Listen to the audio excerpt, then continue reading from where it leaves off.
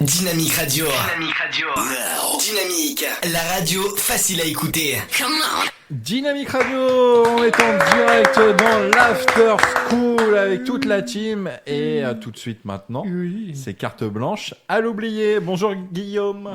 Bonjour, merci beaucoup. J'aimerais réagir sur un article publié par le média Marianne que j'ai consulté sur son site et qui titre « GPA ». Une étude suggère d'utiliser les femmes en état de mort cérébrale comme mères porteuses. Alléluia. Elles le sont pas toutes. Voilà. Alors, la première fois que j'ai lu ce titre, j'ai eu envie de le relire. Parce que la première fois, j'ai été traversé par une image un peu spéciale. Oui. J'ai vu un bébé vivant en train de pousser dans le ventre d'une femme morte. Et je l'ai relu, donc pour voir que c'était pas ça dont il s'agissait. Mais si, en fait, c'est bien ça l'idée, en effet. C'est une idée qui est portée par une professeure de philosophie à l'université d'Oslo en Norvège, Madame Anna Smahdor. Alors, je sais pas comment on Prononce bien, je pense. Je sais pas si ça se prononce comme ça. On va pas dire le contraire. On va l'appeler Anna. Pour Anna, ce n'est pas bizarre parce que ce n'est pas éloigné du don d'organes. Le don d'organes, c'est un procédé que nous avons en majorité accepté socialement et ça rend service aux vivants et ça n'enlève rien, entre guillemets, rien aux donneurs. Les personnes en état de mort cérébrale ont perdu de manière irréversible toutes leurs fonctions cérébrales. Elles ne reprendront jamais conscience et elles ne pourront jamais respirer par elles-mêmes. Et le concept, c'est de placer des embryons dans l'utérus de ces femmes jusqu'à la naissance.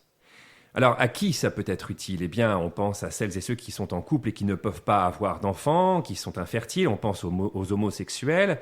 Mais on peut également, et je la cite, penser aux femmes qui ne préfèrent pas porter d'enfants. Alors, vous me connaissez, j'aime faire des liens, réfléchir. Ah oui, ça, on réfléchit. Voilà, quitte à extrapoler un petit peu. Et là, ça me fait penser à l'utérus artificiel. Alors, l'utérus artificiel, pour vulgariser un petit peu, c'est une machine qui fabriquerait les bébés. Alors, on pourrait peut-être un jour voir des usines à bébés.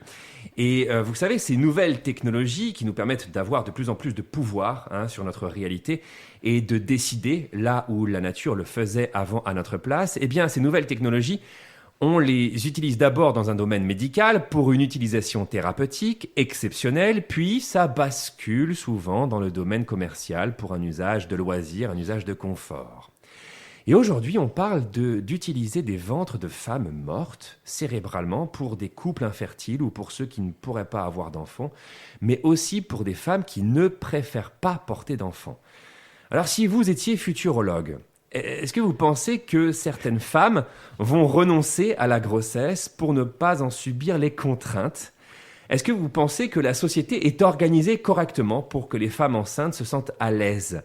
Est-ce que dans votre entourage, vous connaissez des femmes qui ont dû cacher leur grossesse parce que ça aurait pu menacer leur emploi ou parce que c'est mal vu ? Est-ce que vous avez la sensation qu'on vit dans des sociétés qui nous imposent un rythme contre nature ? Autrement dit, est-ce qu'on est trop speed pour vous ? Est-ce que pour vous, il vaut mieux façonner une société en intégrant notre nature et ses contraintes, quitte à devoir parfois ralentir la productivité ? Ou faut-il au contraire modifier notre nature pour l'adapter à la cadence de nos sociétés ? Ça fait beaucoup de questions, mais je pense en avoir distribué quelques-unes qui... Et oui, chers auditeurs, à vous de réfléchir. C'était quoi la première question ? Tu l'as déjà perdu au bout de la deuxième ligne, c'est ça. on tient à préciser. Non, mais oui, c'est vrai, la difficulté de porter un enfant pendant 9 mois, est-ce qu'on peut pas finalement sous-traiter cette activité ? C'est ça, déléguer, mais grave, c'est ça, oui. Je parle Quel de vulgarisateur, sous-traitance, mais c'est ça. ou déléguer, tout simplement. Ouais. Nous allons nous retrouver dans quelques instants. Merci Guillaume. Merci à vous. Merci Guillaume.